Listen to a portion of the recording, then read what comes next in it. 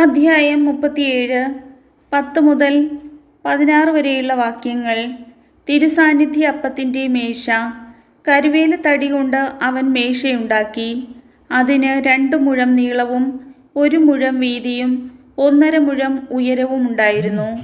തനി സ്വർണം കൊണ്ട് അത് പൊതിയുകയും മുകൾ ഭാഗത്ത് ചുറ്റിലും സ്വർണം കൊണ്ട് അരികുപാളി പിടിപ്പിക്കുകയും ചെയ്തു. അതിനു ചുറ്റും കൈപ്പത്തിയുടെ വീതിയിൽ ഒരു ചട്ടവും ചട്ടത്തിനു ചുറ്റും സ്വർണം കൊണ്ട് അരികുപാളിയും പിടിപ്പിച്ചു. അവൻ 4 സ്വർണ്ണ വളയങ്ങൾ നിർമ്മിച്ച് അവ മേശയുടെ 4 കാലുകളിൽ ഘടിപ്പിച്ചു. മേശ വഹിക്കാനുള്ള തണ്ടുകൾ കടത്തിയിരുന്ന വളയങ്ങൾ ചട്ടത്തോട് ചേർന്നതായിരുന്നു. ഈ തണ്ടുകൾ അവൻ കരുവേല തടി കൊണ്ടുണ്ടാക്കി സ്വർണം കൊണ്ട് പൊതിഞ്ഞു.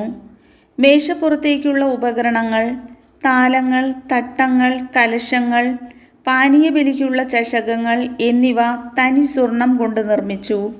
കർത്താവിൻ്റെ വചനം.